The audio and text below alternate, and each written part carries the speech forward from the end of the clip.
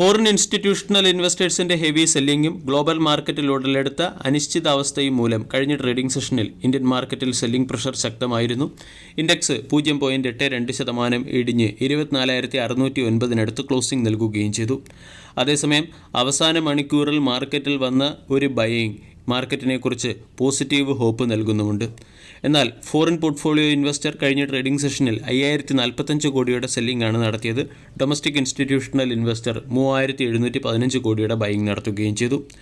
അമേരിക്കയിൽ അവതരിപ്പിച്ച tax bill അമേരിക്കയുടെ ഫിസ്ക്കൽ ഡെഫിസിറ്റ് ഉയർത്തുമെന്നുള്ള ആശങ്ക നിലനിൽക്കുന്നതിനെ തുടർന്ന് കഴിഞ്ഞ ട്രേഡിംഗ് സെഷനിലും ഇൻവെസ്റ്റേഴ്സ് കോഷ്യസ് അപ്രോച്ച് വെച്ച് പുലർത്തി. ഡോ ജോൺസ് 1.35% ഇടിഞ്ഞപ്പോൾ S&P ഫ്ലാറ്റിലും നാസ്ഡാക്ക് 0.28% ഉയർന്നു. അമേരിക്കയുടെ മിലിറ്ററി സ്പെൻഡിംഗ് വർദ്ധിക്കുന്നതും ടാക്സ് കട്ട് ഏർപ്പെടുത്തുന്നതും മൂലം ഫിസ്ക്കൽ ഡെഫിസിറ്റും കടബാധ്യതയിലും വർധനവുണ്ടായേക്കും. $4 ട്രില്യൺ വരെയുള്ള അഡീഷണൽ കടബാധ്യതയാണ് അമേരിക്ക പ്രതീക്ഷിക്കുന്നത്. ഇതിൻ്റെയൊക്കെ ഇമ്പാക്റ്റാണ് ഗ്ലോബൽ മാർക്കറ്റിലും അമേരിക്കൻ മാർക്കറ്റിലും കഴിഞ്ഞ ദിവസങ്ങളിൽ പ്രകടമായത്. ഇനി ഇന്നത്തെ ട്രേഡിംഗ് സെഷനിൽ ആവശ്യമായിട്ടുള്ള നിഫ്റ്റിയുടെ പ്രധാന സപ്പോർട്ട് റെസിസ്റ്റൻസ് ലെവലുകൾ കൂടി മനസ്സിലാക്കാം. കഴിഞ്ഞ ട്രേഡിംഗ് സെഷനിൽ 24,700 എന്ന 10-day എക്സ്പോണൻഷ്യൽ മൂവിംഗ് ആവറേജ് റേഞ്ചിൻ്റെ സപ്പോർട്ട് മാർക്കറ്റിന് നഷ്ടമായി കഴിഞ്ഞു. ഇനി 24,500 എന്ന സൈക്കോളജിക്കൽ സപ്പോർട്ടും 24,462 എന്ന കഴിഞ്ഞ ദിവസത്തെ ഇൻട്രാഡേ ലോയുടെ സപ്പോർട്ടുമാണ് മാർക്കറ്റിനുള്ളത്.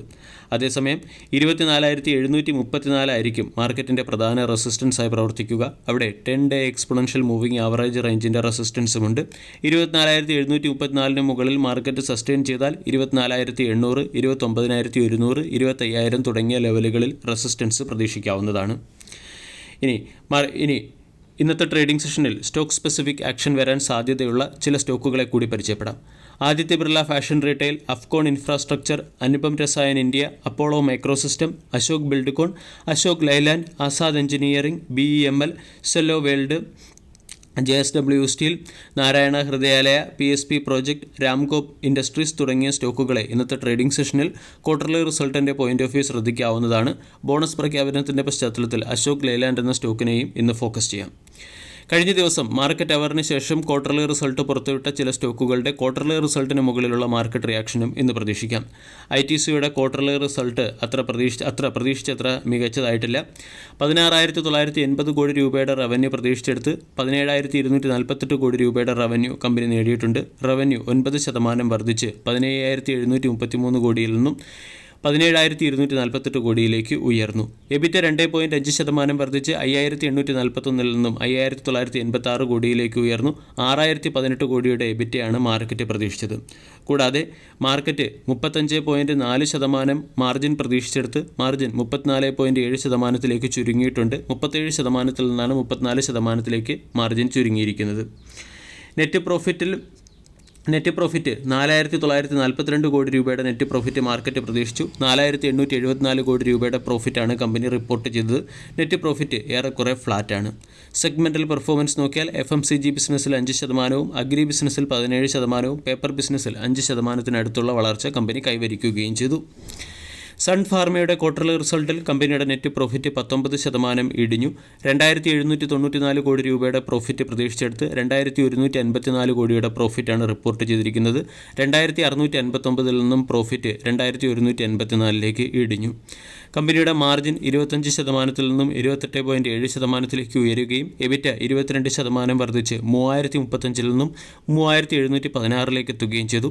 റവന്യൂ 8% വർദ്ധിച്ച് 11,983 നിന്നും 12,959 ഉയർന്നു. ഹൊണാസ അല്ലെങ്കിൽ മാമ എർത്തിൻ്റെ ക്വാർട്ടർലി റിസൾട്ടിൽ കമ്പനിയുടെ നെറ്റ് പ്രോഫിറ്റ് 18%-ഓളം ഇടിഞ്ഞു. 30 കോടിയിൽ നിന്നും 25 കോടിയിലേക്കാണ് പ്രോഫിറ്റ് ഇടിഞ്ഞിരിക്കുന്നത്. റവന്യൂ 13% വർദ്ധിച്ച് 473 കോടിയിൽ നിന്നും 533 കോടിയിലേക്കെത്തി.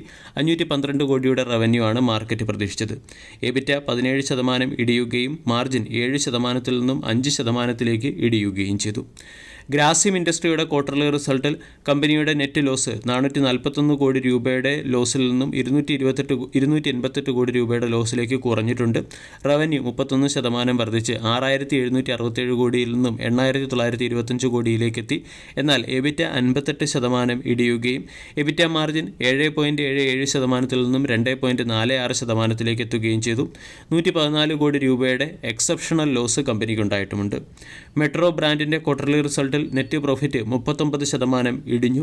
185 കോടിയിൽ നിന്ന് 94 കോടിയിലേക്കാണ് പ്രോഫിറ്റ് ഇടിഞ്ഞത്. റവന്യൂ 10% ഉയർന്ന് 583 നിന്നും 643 കോടിയിലെത്തുകയും എബിറ്റ 24% വർദ്ധിച്ച് 159 നിന്നും 197 കോടിയിലേക്ക് എത്തുകയും ചെയ്തു. മാർജിൻ 27% നിന്നും 30% ഉയർന്നിട്ടുണ്ട്.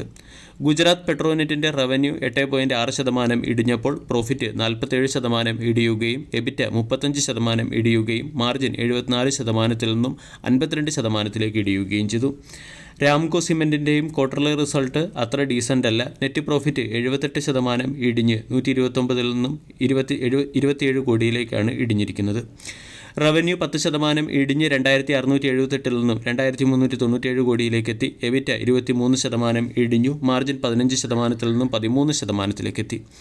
എംഡാർ ടെക്നോളജിയുടെ റവന്യൂ 28% വർദ്ധിച്ച് 142 കോടിയിൽ നിന്നും 183 കോടിയിലേക്കെത്തി. നെറ്റ് പ്രോഫിറ്റ് 4 കോടിയിൽ നിന്നും 13 കോടിയിലേക്ക് ഉയരുകയും എബിറ്റ 86% വർദ്ധിച്ച് 18 കോടിയിൽ നിന്നും 34 കോടിയിലേക്ക് ഉയരുകയും ചെയ്തു. പ്രീമിയർ എക്സ്പ്ലോസീവ്സിൻ്റെ പ്രോഫിറ്റ് 44% ഇടിഞ്ഞ് 6 കോടിയിൽ നിന്നും 3 കോടിയിലേക്കെത്തി.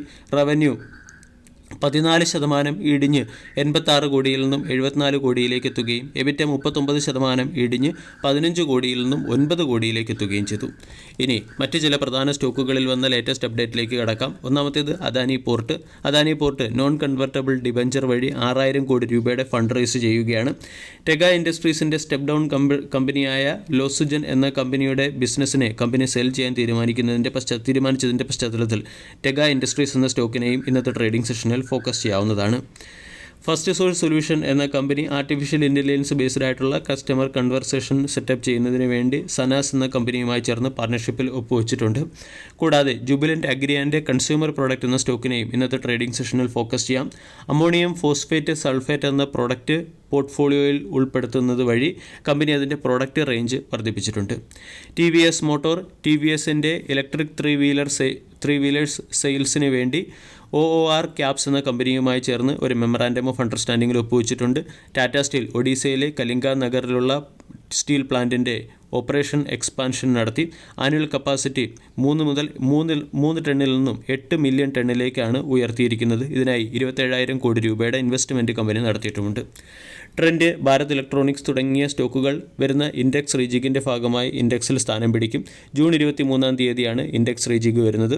ഇവിടെ ഇൻഡസൻഡ് ബാങ്ക്, നെസ്ലെ ഇന്ത്യ തുടങ്ങിയ സ്റ്റോക്കുകൾ പുറത്തു പോവുകയും ട്രെൻഡ്, ഭാരത് ഇലക്ട്രോണിക്സ് തുടങ്ങിയ സ്റ്റോക്കുകൾ ഇൻഡെക്സിൽ സ്ഥാനം പിടിക്കുകയും ചെയ്യും. GTL ഇൻഫ്രാസ്ട്രക്ചർ എന്ന കമ്പനിക്ക് 38 കോടി രൂപയുടെ ഒരു ടാക്സ് ഡിമാൻഡ് ലഭിച്ചതിൻ്റെ പശ്ചാത്തലത്തിൽ സ്റ്റോക്കിനെ ഫോക്കസ് ചെയ്യാവുന്നതാണ്. ഹിന്ദുസ്ഥാൻ കോപ്പർ എന്ന കമ്പനി 500 കോടി രൂപയുടെ ഫണ്ട് നോൺ കൺവെർട്ടബിൾ ഡിബഞ്ചർ വഴി റൈസ് ചെയ്യാൻ തീരുമാനിച്ചിട്ടുണ്ട്. അതുപോലെ തന്നെ ഓല ഇലക്ട്രിക് എന്ന കമ്പനിയും 1700 കോടി രൂപ നോൺ കൺവെർട്ടബിൾ ഡിബഞ്ചർ വഴി ഫണ്ട് റൈസ് ചെയ്യാൻ തീരുമാനിച്ചു. അൾട്രാടെക് സിമെൻറ്റ് എന്ന കമ്പനി അതിൻ്റെ ബോട്ടിൽ നെക്കിംഗ് സ്ട്രാറ്റജി ഉപയോഗിച്ച് കപ്പാസിറ്റി എക്സ്പാൻഷൻ തീരുമാനിച്ചിട്ടുണ്ട്. Equitas small finance bank QIP വഴി ഫണ്ട് റൈസ് ചെയ്യാൻ തീരുമാനിച്ചിട്ടുണ്ട്.